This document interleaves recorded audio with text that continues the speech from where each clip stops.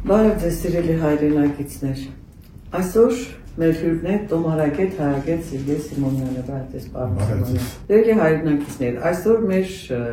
զրույցի թեման է դիցամայր Անահիտը։ Պարոն Սիմոնյան, հնում դիցամայր Անահիտին որպես շատ բարեպաշտ, որպես շատ առաքինի, մաքրակեցության տիպար, կատարելություն որպես նրան շատ պաշտել են և շատ բարձր են դասել։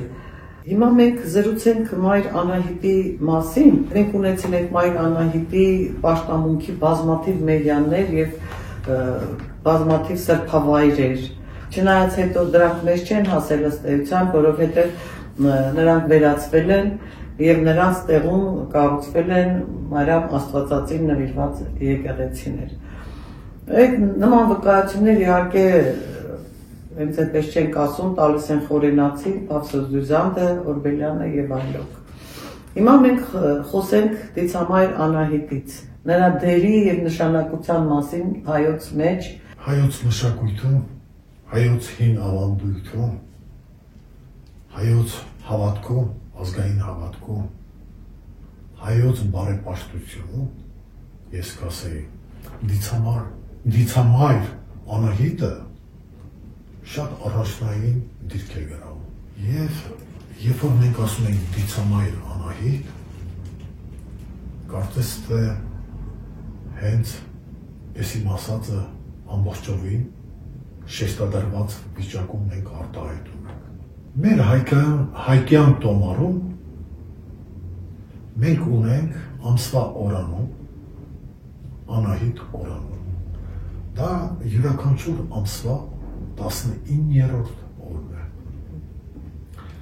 Հայոց բարեպաշտական դիցարանում մեր բոլոր դիցերի հետ միասին իր առաջնային տեղն է գրավում, իր դերով, իր նշանակությամբ դիցամայր Անահիտը։ Դիցամայր Անահիտի պաշտամունքը շատ մեծ տարածում հնուց ի վեր մինչև քրիստոնեությանը ընդունումը տարածված է ամբողջ հայքում, Հայաստանում։ Կարելի է ասել, որ այդպիսի մի գավառ չկար, այդպիսի մի տարածք չկար հայկական աշխարհում, որտեղ չլիներ Աստվածամայր, դիցամայր Անահիտի նվիրված սրբատեղի տաճար մեհյան։ Անահիտ անունը շատ շատերը փորձել են մեկնաբանել օտար լեզունների հետ կապված, պարսկերենի հետ կապված և այլն բալավերենի հետ կապված, որ դա զուտ հայկական չէ, իրականում դա ճշմարտությունից շատ հեռու մոտեցում է։ Որովհետև երբ որ մենք ասում ենք անահ, մաքրամաքուր հայերեն է։ Այդ իտ վերջացանցը հայերենում նույնպես արկա է։ Անահը, դա այդ դիցամոր, այդ աստվածային զորությունը, որ կա, կարելի է մտածել, որ դա յուրաքանչյուր Անահիտի պաշտամունքի հետ կապված, դիցամոր պաշտամունքի հետ կապված, որ դա նվիրյալին, հավատացյալին հաղորդում էր քաջություն, անվախություն, վախ չէր ներշնչում։ Այսինքն անահը դա հակադրություն է վախի։ Սա մենք։ Սա նշանակում է, որ Անահիտի հետ կապված այդ զորականությունը դա մարդուն, հավատացյալին, հայկազորին օժտում էր պաշտպանական, կեցական մի այնպիսի իրականությամբ, որ մարդը իրեն զգում էր բարեկեցիկ, անվախ, պաշտպանված, իսկ սա ինչ է նշանակում, և ես պատահական չեմ համարում, որ մենք ունենք, որ Անահիտի խնամակալ զորությամբ է ապրում և կենդանություն ունի Հայաստանը։ Անահիտի խնամակալ զորությամբ է ապրում եւ կենթանություն ունի Հայաստանը։ Իսկ Հայաստանի կենթանությունը նրա բնակիչները չէ։ Սա շատ հնուց ավանդված բնորոշում է։ Բացի այն, մեզ պատմիչների, ավանդապատումներից մեզ ասել է, որ Անահիտը համարվել է զգաստությունների մայր։ Այսինքն ինչի նկատի ունենք Այս զգաստություն ասելով մենք հասկանում ենք բոլոր այն դրական որակները, որին առաքինություն, ողջամտություն, համեստություն, մաքրակեցություն եւ այլն, որ կարելի է դա շարունակել, որ այդ զգաստությամբ նա օժտում էր բոլորին այդ որակներով։ Ես կասեի, որ դիցամայր Անահիտը այնպիսի էպիթետներ, որակավորումներ, որ ասում էին ոսկե մայր, ոսկե ծաղի, ոսկե մատ, ոսկե ծան, ոսկե հատ, այս ամենը ինչի մասին է խոսում, այս ոսկե, դա խոսում է, որ նա արևամայր է։ Իսկ եթե մենք նաև հիշենք, որպես մարդու մաղթանքի արտահայտություն, որ արևշատություն է ցանկանում, դա նշանակում է ողջություն ցանկանալ, առողջություն ցանկանալ, բարեկեցություն ցանկանալ։ Այս ամենը մեր նախնիկ ընկալում էին, որ գալիս է հիմնականում դիցամայր Անահիտից։ Ես կասեի, որ դիցամայր Անահիտը ներկայանում է մեզ, որ նա իր արքիական արևային թևերով պահպան ու պաշտպան է հայոց աշխարհի, հայ մարդկանց։ Պարոն Սիմոնյան, դիցամայր, մայր ենք ասում։ Մենք գիտենք, որ մայրը միշտ պաշտպան ու պահապան է իր զավակներին։ Հիմա մենք Անահիտի զավակներն ենք ըստ էության։ Դրա համար մոր նկատմամբ մեր այդ պաշտամունքը որ կա, չէ՞, եւ մեր բանաստեղծները բոլորը գրել են միշտ մորը պաշտամունքով են վերաբերվել։ Դրա համար երևի դիցամայր Անահիտից է գալիս այդ հարգանքը, սերը, պաշտամունքը մոր նկատմամբ։ Այո։ Մայրը ի սկզբանե հայոց մեջ համարվել է սրտություն, օջախի պահպան եւ հենց մորից էր ծնված երեխան իր առաջին մայրենի լեզու որ ասում ենք, մայր Հայաստան որ ասում ենք, մայրաքաղաք որ ասում ենք, այս ամենը որ ինչից է գալիս, հանուց է գալիս։ Անահիտից է գալիս։ Այո, Անահիտի աթոռ որ ասում ենք, եկեղեցիներ մայր աթոռ որ ասում ենք, այս ինչից է գալիս, հանուց է գալիս։ Այն հիմնական պաշտամունքային տեղը որ կա, գահանիստ որ ասում են, աթոռանիստ որ ասում են։ Միջայլոց ասեմ նաև, որ նշեցին, որ ամբողջ Հայաստանում, հին Հայաստանում Անահիտի պաշտամունքային վայրերը տաճարներ, սրբատեղիներ, մեհյաններ տարածված էր, ամենուր է։ Գլխավոր տաճարը բարձր հայքի եկեղեաց գավառի Երիզա ավանն էր։ Ներկայումս այդ Երիզան երզնկան է։ Հայաստանի Հանրապետությունում իր հիշատակ հին երզնկայի, Երիզայի ունենք նոր երզնկա։ Եվ նոր երզնկայում կա Անահիտի նվիրված հուշարձան։ Եթե հուշարձանը կառուցվել է խորհրդային Հայաստանի ժամանակներում եւ իմ իմացածով իտալահայերը մեզ ներդրում ունեն այդ նոր երզնկայի կայացմանը եւ հուշարձանի եւ այդ բնակավայրի։ Դրա մենք կանդրադառնանք։ Բացի Երիզայից նաև մեծ պաշտամունքային համալիր էր Աշտիշատը։ Աշտիշատում Մենք նաև գիտենք վայ-վայյան այդ համալիրներից մեկում, որտեղ Վահագնին նվիրված, Աստղիկին նվիրված եւ Գիցամայր Անահիտին նվիրված մի ամբողջ պաշտամունքային համալիր էր, գործում էր։ Հետաքրքիր է, որ այդ համալիրի քրվերին նաև վարդապետներ էին ասել ժամանակին, վարդապետներ։ Չմոռանանք նաև, որ մեր Աստղիկը նաև վարդամատ է կոչվում։ Անահիտին ասել են ոսկի մատը, Աստղիկին ասել վարդամատը։ Եվ Աստղիկին նվիրված վարդավառը որ կա, միանշանակ ներկայումս արդեն որոշակի մեզ այգի է որպես վարդավառը Աստղիկին սիրո գեղեցկության լիցում նվիրված տոնակատարություն։ Իսկ Անահիտի հետ կապված մենք գիտենք, որ ամբողջ Հայաստանի տարածքում եղել են մեծ պաշտամունք եղել, մեծ որ պաշտամունք։ Նույնիսկ օտարները, հունա-հռոմեական պատմիչները, պատմագիրները, Ստրաբոնը, Պլինիուսը, Դիոն Կասիոսը իրենց հուշերում, պատմություններում նշում են, որ եկեղեցիած գավառի Երիզայում Անահիտի այդ պաշտամունքը որ եղել է, այդ գավառը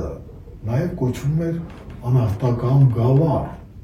Անահիտի անունով է կոչվել, անահատական գավառ։ Դուք պատկերացրեք, որ մեր տարածքում է ներկայիս Հայաստանի Հանրապետության Անահիտի պաշտամունքը Արմավիրում, նույնպես Արտաշատում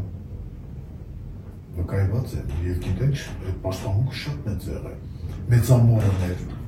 պատահական չի որ մեծամոր են ասում։ Այստեղ շատ բան է։ Նաեւ Բագավանում, Արցախում նույնպես, Արցախի հետ կապված Ղազարոս Աղայանի Անահիտ պատումին մենք կանդրադառնալ, որը սերտ առնչություններ ունի մեր Դիցամայր Անահիտի հետ։ Վանում նույնպես ես կարող եմ ասել, որ Անահիտին նվիրված արտամետ,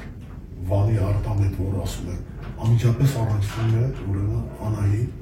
Դիցամորը, պաշտամունքի, Վասպուրականում, Սյունիքում վկայություն կա Ստեփանոս Օրբելյանի մոտ, որ Սյունիքի ուրեմն Բախքանունիքի այնտեղ նաև կոչվել է անհատաձոր այդ վայրում եղել է այդ պաշտամունքային վայր, այնքան կարող ենք թվարկել, բազմաթիվ են եղել։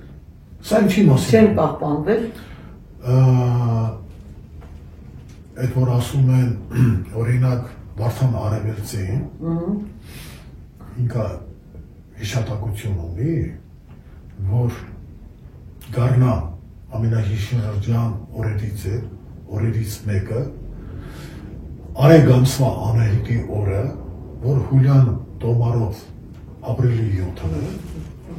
դա ուրեմն քրիստոնեության ընդունումից հետո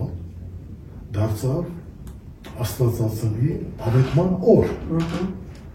Եվ այդ ժամանակներից սկսած վաղ քրիստոնեությունը երբ որ կոտ գործեց, պատկերացնում եք հիշատակությունները շատ են, պատմիչների, վկայությունները, որ Անահիտին նվիրված այդ տաճարները, սրբատեղիները եւ այլ տոները, բոլորը վերագրվեցին Աստվածածնի Մարիամ Աստվածածնի։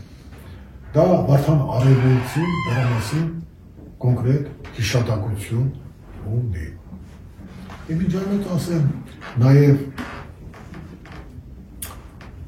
Գողտան գավառի մեր վերին Ագուլիսում, այնտեղ Աստվածածին եկեղեցու տեղում եղել է Անահիտի սրբատեղի պաշտամունքային տաճար Միրյան, դա էլ էր վկայված։ Ինչ տեսակ, ուրեմն Գողտան գավառ, Արցախ, ամբողջ հայկական մյուս մասերում Անահիտի պաշտամունքը առնչնային դեր է խաղացել։ Եվ իզուր չենք մենք ասում, որ Անահիտի խնամակալ այդ զորությամբ է, որ հայոց աշխարհը գոյություն ունի եւ կենտրոնություն ունի։ Սա մենք չպետք է մոռանանք։ Եվ այս նոր ժամանակներում Անահիտի հետ կապված, դիցամայր Անահիտի հետ կապված, մեծ նոր հետ կապված, արդեն պետք է դրա մասին խոսալ, որ այն հնուց բարեպաշտական ինչ-որ անվանված է, նոր լույսի տակ, նոր ժամանակների հետ կապված, սա պետք է նոր շունչ առնի։ Նոր շունչ պետք է առնի։ Եվ այստեղ նաև հետևյալ ասեմ, մեր հայկական տոմարում արեգակնային մոռացույց։ Ուրեմն մեզ հուշում է, որ տարվա այդ 12 ամիսների Անահիտ օրերը հատուկ նվիրված էին դիցամայր Անահիտին եւ այդ օրերին իհարկե իրենց բովանդակության խորհրդով հատուկ ծեսեր էին անցկացվում, արարողություններ էին անցկացվում։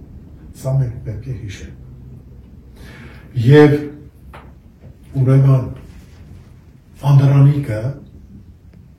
այդ տոներից դա արեգ ամսվա Անահիտ օրն է, որը հուլյան տոմարով ապրիլի 7-ն է, այն ժամանակ միջնադարում, երբ որ մարտի 20-ով էր սկսվում տարեմուտը, ապրիլի 7-ը հուլյան տոմարով դա ուրեմն արեգ ամսվա Անահիտի օրն է։ Մեր ժամանակներում մարտի 21-ով, երբ որ տարին սկսվում է, դա ապրիլի 8-ն է գալիս։ Եվ սա ուրեմն ասեցինք, վկայված է Վարդան Արևելցի հիշատակել է, որ այդ օրը ուրեմն Մարիամ Աստվածածնի ավետման օր որպես։ Նաև հիշատակությունները շատ են, որ դիցամայր Անահիտի բոլոր տաճարները, մեհյանները, որ կա, դրանց հիմքի վրա, ուրեմն քրիստոնեական շրջանում Մարիամ Աստվածածնին նվիրված եկեղեցիներ են կառուցել։ Սա մենք չպետք է մոռանանք։ Եվ այսպիսի մի բան էլ, իհարկե, հին ժամանակներում մենք ասացինք, Անահիտը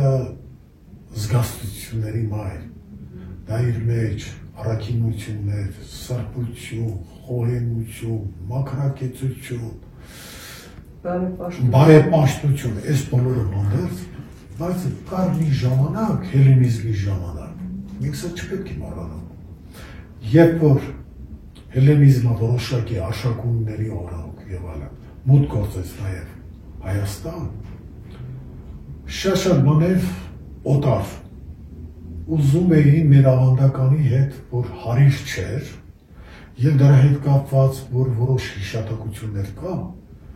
մենք պետք է միանշանակ նշենք այդ հետերիզմի հետ կապված երևույթը, դա մեր մաքրամաքուր հայկականության, բարեպաշտության հետ անհարժույժ մի երևույթ էր, օտարացին եւ որոշակի հիշատակություններ, որ արվել են, դա հայկազուններին խորտ է եղել։ Հետերիզմը հայոց մեջ անընդունելի երևույթ է եղել։ Հայկազունները սրբորեն պահպանել են Հայ Նահապետի ժամանակներից ավանդված 7 պորտի օրենքը, կապված ամուսնության հետ կապված, ժառանգության հետ կապված, արյան մաքրության հետ կապված, հայ մարդատեսակի ուրեմն ժառանգական որակները պահպանելու հետ կապված։ Սա չպետք է մոռանալ։ Եվ նույնիսկ տաճարներում օգնել են, ասենք Անահիտի տաճարներում օգնել են, որ այն կանայք, ովքեր նույնիսկ ովքեր չեն կարողանում երեխա ունենալ, նրանց օգնել են ինչ-որ ձևի, որ կարողանան երեխա ունենալ, այսինքն ինչ-որ կարողացել են ինչ-որ բուժումներ են ունեցել կամ ինչ են ունեցել, կամ հավատի ներքո է դա եղել։ Անշուշտ, դիցամայր Անահիտը նաև հիշվում է, որ նրա տաճարներում ուրեմն արգասավորության հետ կապված, բեղմնավորման հետ կապված, սերնդատվության հետ կապված, սպասարկող քրմերը տիրապետում էին այդ հոգևոր առումով այն հնարքներին, միջոցների, որ օգնում էին, որ յուրաքանչյուր հայկին ինքը մայրանար։ Իհարկե դա հակաբնական չէր։ Դա աստվածային զորությունների հետ կապված, առողջության հետ կապված, բժշկության հետ կապված, այն ընդունելի միջոցներն էին, որ նրանք կիրառում էին եւ այդ հարցը լուծվում էր։ Դրա մասին էլ է նշված, որ բժշկություն, արգասավորություն, պտղաբերություն, այս ամենը ուրեմն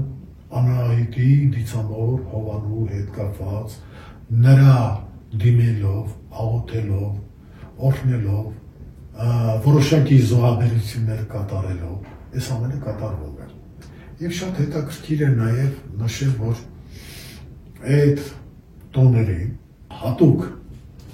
Հայաստանում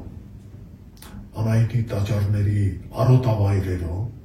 բազմացնում էին երինջներ, երինջները 3 տարեկան այդ իհական հորթեր էին անվանում եւ այն կողմներ, որ արդեն առաջին անգամ պատրաստ է որպեսի հորթ ծնելու։ Դրանք հատուկ երինջներ էին, պատկերացնում եք, դա թե ոնց էին նրան հասնում, կային սևուկ երինջներ, ճակատին ուրեմն սպիտակ խալով։ Եվ նաև այդ սպիտակի մեջ նաև կար այն դրոշմը, կնիքը, որ ջահ էր խորհրդանշում։ Եվ հատուկ այդ երինջները արարողությունների, զոհաբերությունների համար հատուկ ուրեմն նրանք դա որպես մատաղացու, որպես զոհվող երինջ արարողություններին օգտագործում են։ Սա էլ չպետք է մոռանալ։ Ես կուզեի նաև կարծում եմ դուք էլ կարող եք հիշատակել, որ ռազմի հետ կապված, որպես ռազմի աստվածություն Մայրանահիտը։ Ինչ հիշատակություններ մենք ունենք այդ կապակցությամբ։ Որպես ռազմի աստվածություն։ Ուրեմն կա Անահիտի պատկերով հին դրաններ, պետրոդրաններ եւ այլն, որտեղ Անահիտը ներկայանում է սաղավարտով եւ սա ինչ արձագանք է ունեցել հետագայում մեր այս վերջին ժամանակների հետ կապված, վերջին 100 տարի, 150 տարվա հետ կապված ես այստեղ շատ կուզենայի հիշատակել Ղազարոս Աղայանի Անահիտ պատումը։ Ուշով երբ որ ընթերցում ենք Ղազարոս Աղայանի այդ հոյակապ ստեղծագործությունը, մենք տեսնում ենք, որ ծածկագրված եւ ինչ որտեղ բացահայտվող շատ հետաքրքիր անդրադարձ կա դիցամայր Անահիտի։ Մենք տեսնում ենք, որ Անահիտը այդ պատումով Նախրապանի նախրջու աղջիկ է։ Վաչագանն էլ Վաչեի ուրեմն արքայազն է, որդին է, հետագայում հորը գային է նստում, բարեպաշտ Վաչագանը։ Եվ մենք տեսնում ենք, որ Անահիտը ինչ պայման է դնում Վաչագանի ամուսնության համար։ Ես չի ուզենա այդ ամբողջ պատմությունը այստեղ մենք վերհիշեինք,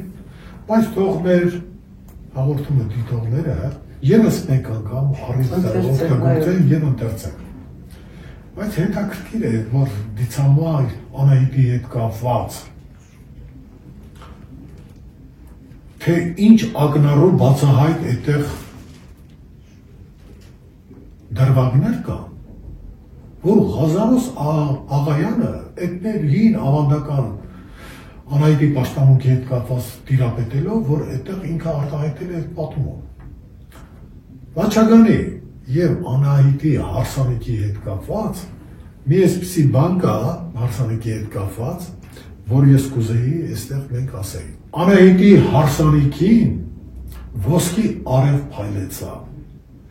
Անահիտի հարսանիքին ոսկի անձրև թափվեցավ։ Մեր արտերը ոսկի դառան,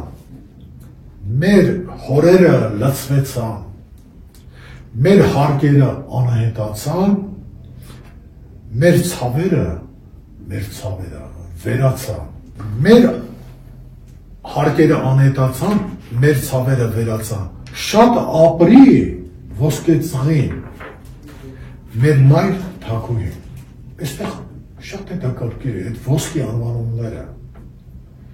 Շատ ապրի ոսկե ծղին։ Մենք գիտենք, որ դիցամայր Անահիտին ասել են ոսկե մայր, ոսկե մարդը, ոսկե ծղի, ոսկե հատ, մեր մայր թագուհին։ Սա ինչ մասն է խոսում։ Սա խոսում է, որ սերտ առնչություն ունի այս պատումը դիցամայր Անահիտի հետ։ Վաչագանին, որ Անահիտը գնում մասնատագրում է, նա ձի է հետցնում, սաղավարտը գլխի, նետ ու աղեղով, թուրը ձեռքի, այդ ռազմի աստվածության գաղափարը կա, 5 գրամներում Անահիտի պատկերով,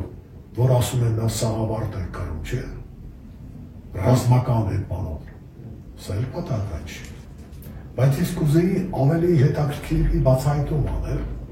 ես կարծում եմ մեր հայ ճարտարապետները,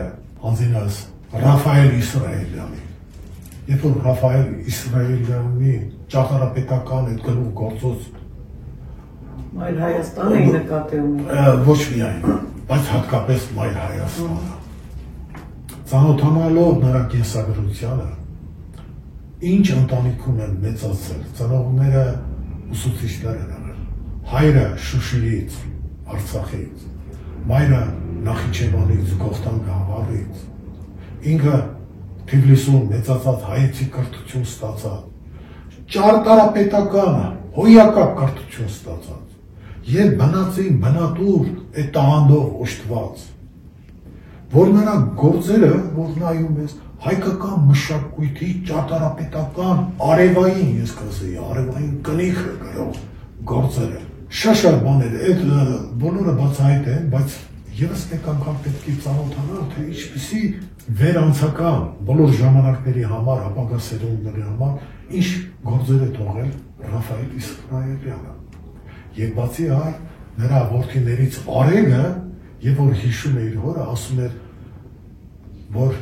Ռաֆայել Իսրայելյանի համար ընտանիքը սրբություն էր, իսկ մայրը աստվածուհի էր ընկալվում։ Սա էլ պատահական չի։ Այսինքն աստվածամայր, մայր Հայաստան մոնումենտի հետ կապված, այդ հուշակոթուղի հետ կապված, երբ որ մենք նայում ենք, թուրը ձեռքին, երկու ձեռքով բռնած, սա ես կասեի, որ ճիշտ է, այն ժամանակների համար դա մեկնաբանում էին քաղաքական առումով, հայրենական մեծ պատերազմի հետ եւ այլն, բայց Ռաֆայել Իսրայելյանը կարողացավ այս երևույթը օգտագործել, ես միանշանը կարող եմ ասել, որ նրա մեջ մտահաղացումը նա էր, որ դիցամայր Անահիտի հետ կապված այդ ռազմի ազգի նրա խնամակալ զորությունը մայրաքաղաք, շեշտում եմ, մայրաքաղաք, իսկ մենք գիտենք, մայրաթոր, մայրաքաղաք, Մայր Հայաստան, այս բոլորը գալիս է ուրեմն մեծ մորից, դիցամայր Անահիտից եւ սա պատահականություն չպետք է համարել։ Մենք այսօր, երբ որ նայում ենք Մայր Հայաստանի այդ հոյակապ հուշակոթողին, հուշարձանին, հասկանանք, որ մենք նայում ենք դիցամայր Անահիտին որպես ռազմի պահպան, հայոց աշխարհի պահպան աստվածության։ Սա պետք է արդեն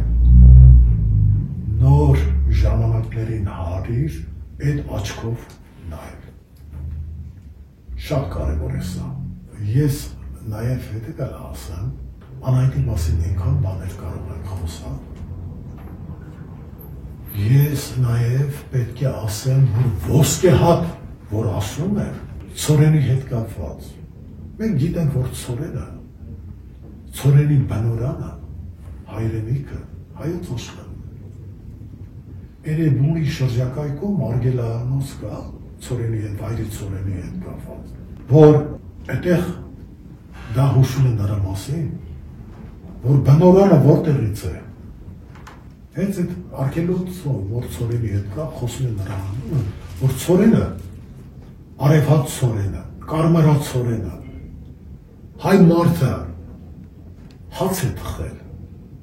հացն ու գինին տեր կենտանին, սասնածառենից որիշ է, այս ամենը հայկական է, և այդ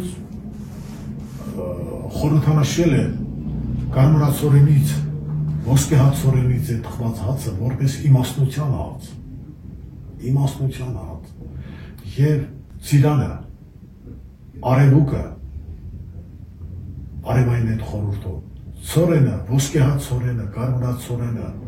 այս բոլորը հայ մարդու համար եղել են հոգևոր առումով խորհրդանիշներ և այդ հացը ծառայել է որպես հանապազոր հաց, օջախում հաց են թխել, օջախը սրբություն է եղել և միանշանակ օջախի հետ կապված, պահպանության հետ կապված, միշտ Անահիտը առկա է, միշտ հիշատակել է, այս թեման մենք կարող ենք շատ շարունակել, այս թեման նաև այնքանով եմ ես կարևորում, որ շատ բաներ, երբ որ քրիստոնեության մուտքով մտան հայ առաքելական եկեղեցու հետ կապված իրենց արարողություններում ծեսերում, պարտավոր են իրենք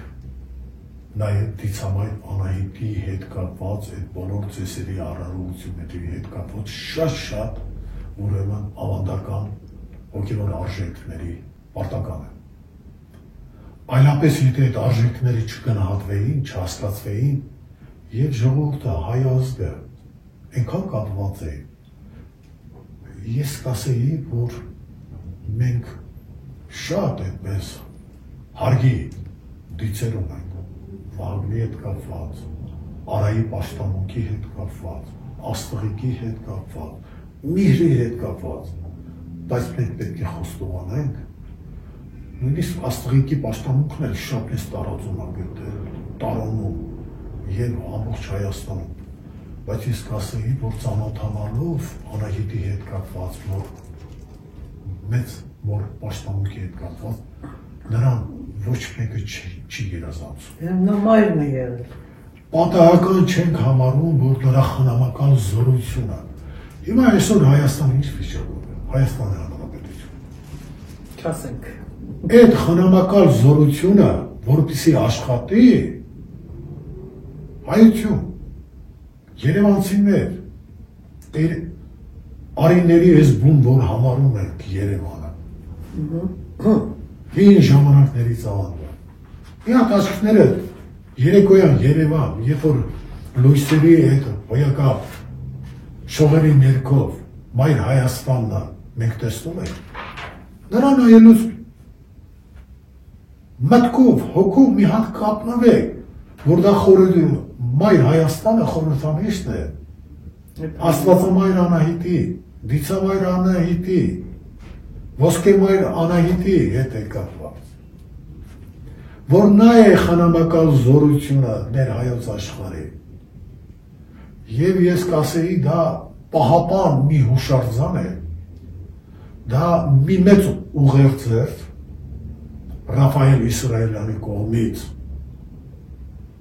դրված, այն ժամանակներում դա չէին բարձրաձայնում, միանշան։ Եվ բնականաբար։ Բայց այս նոր ժամանակներում մենք կարող ենք դա բարձրաձայնել և պարտավոր ենք։ Եվ մենք գիտենք այդ պահապանը ով է, այդ խնամակալը ով է, այդ բարեպաշտության, բարեկեցության խորհրդանիշը ով է։ Եվ սրանով մենք պետք է հպարտանանք, որ ունենք դա։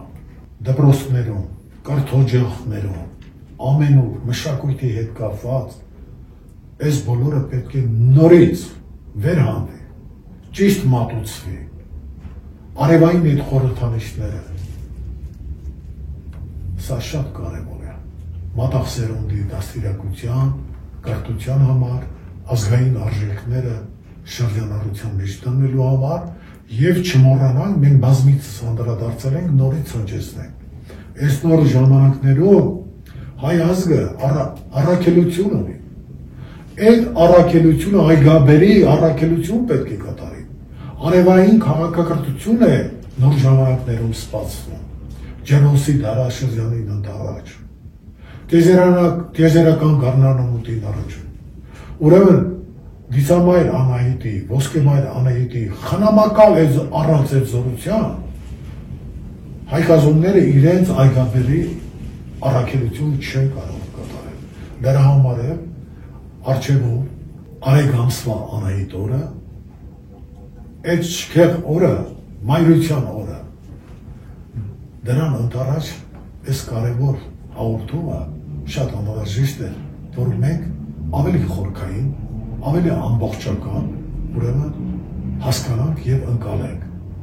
եւ տարածենք։ Ես պարոն Սիմոնյան ուզում եմ այստեղ երկու տողներ բերել Սիամանթուից,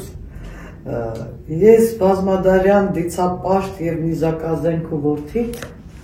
Անահիտինի նկատմամբ իբր առաքյալ եւ խնդրարկու քեզի կուգամ վեհորեն։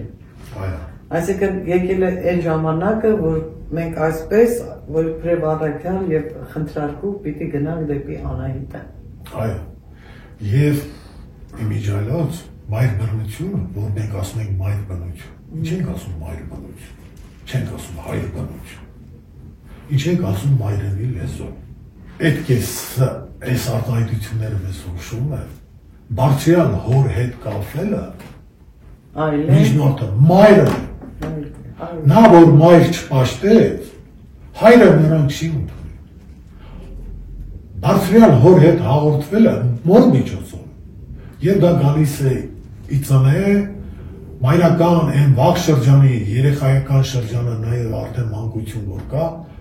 մայրն է այդ ամեն ինչը սերմանում։ Հայրապաշտությունը առանց մայրապաշտության չի կարող լինել։ Մայրն է միջնորդում, մայրն է ուղղորդում իր զավակներին բարձրել հոր կողմ։ Հորս արևը դա հենց մայրն է։ Ինչու՞։ Ասեմ, որովհետև արևը մենք ասում ենք կենաց լույսը։ Իսկ մայրը արևամայր է, Անահիտը արևամայր է։ Նա արփիական կենաց ծառի հետ կապված արևի կենաց ծառն է, չէ՞ մերը, ծիրանի ծառը։ Պտուղը արևունքն է։ Այո։ Սա շատ կարևոր մի բան կա, որ ասում եք ինչ։ Ուրեմն դուք տեսեք, այդ մայրական խորհուրդը որ կա, կենաց ծառը ինքը մայր արևային կենաց լույսի հետ է կապված եւ հորս արևը մեր կենաց ծառի հետ կապված մի արտահայտություն կա, որ ես առիթ օգտագործում եմ եւ ես մեկ անգամ կօգտագործեմ ծիրանի կենաց ծառի հետ կապված Փառք ծիր ձերին, ծով ծիրանին եւ ծիրանին ծիր ձերը հայրն է, ծով ծիրանին մայրն է եւ ծիրանը որպես պատուղ որդին է հայր, մայր եւ որդի այդ ծիրանի ծով մենք որ ասում ենք սա արփիական երկնային ծիրանի ծովն է եւ հորս արևը ծիրանավար, ծիրանափայլ ոսկե արփիական անմիջականորեն առնչվում է մեր դիցամայր, ոսկե մայր, ոսկե ծաղի, ոսկե մատ, ոսկե ծամ Անահիտի հետ։ Մոր հետ կապված մենք գիտենք, որ մեր մեծագույն բանաստեղծներից մեկը Հովհաննես Շիրազը շատ բանաստեղծություններ ունի նվիրված մորը, կուզեի մի 4 տող կարդալ։ Թե մայր չլիներ աշխարհում այս նոր, ես կփախչեի անապատախոր, ես կփախչեի ողջ աստղերն ի վեր, թե մորս սերը մագնիշ չլիներ։ Այո, էլի կարելի է մայրը որպես սարքություն շատ բաներ ասել։ Ամենաահավոր, ամենազազրելի հայոյանքը դա մայր հայոյանն է, մորը իսկ գիտեն հայկազունները հայերը դա ինչքան ծանր են տանում եւ նրանք դրա հետ կապված ինչ հակադրվում են եւ թույլ չեն տալիս եւ չեն ներում։ Այո։ Սա էլ խոսում է որ առ այսօր դա ամբողջ հայության մեջ արյունով ժառանգաբար փոխանցվել է, որ մորը չի կարելի այդպիսի մոր հետ կապված արտահայտություններ անել։ Հոր հետ կապված չեն ասում, բայց մոր հետ կապված չի կարելի։ Սա եւս մեկ անգամ խոսում է այդ հետերիզմի հետ կապված, որ ասում են գետի նման տեն ովքեր դա չեն էլ ամոչում։ Այն դեպքում, որ առեսօր մենք գիտենք, որ մորը հետ կապված հայ մանչուկը արեգնազան, մոր պաշտամունքի հետ կապված, այս ամենը որ կա, 7 պորտի խորհրդի հետ կապված, դա հայության հետ կապ չունի, դա օտարածի մի ժամանակին հելենիզմի հետ, որ փորձեր են կատարվել, որոշ խառնածիներ իրենց համար, դա ինչ որտեղ փորձել են, որպես մտցնել բանանել, բայց դա արմատներ չի գցել, պարկասում, արմատներ չի գցել։ Դե հիմա էլ միշտ ասում են 7 պորտը միշտ պետքա պահել։ Դա սարքել։ Այդ մանկուց լսել եմ ես այդ խոսքերը։ Միանշանակ։ Դա հանուցիներ գործել է, Միշտ գործել է եւ կգործի։ Այո։ Դա հայկազնումներին հարիր չի եղել դա, բայց չմոռանալ, որ հայաց աշխարհում այն բնակվել են օտարներ, ոչ հայկազնումներ, այդ հելենիզմի հետ վարակված որոշ ազնվորություններ եւ այլն, բայց դրանք ընդհանուր ազգի որակ չեն տվել եւ ազգի որակը չեն գցել արկասում։ Այդ բանը միանշանակ կարող ենք ասել։ Շնորհակալություն, պարոն Սիմոնյան։ Շնորհակալություն, որ եկաք։ Ստեսություն սիրելի հայրենակիցներ, կհանդիպենք։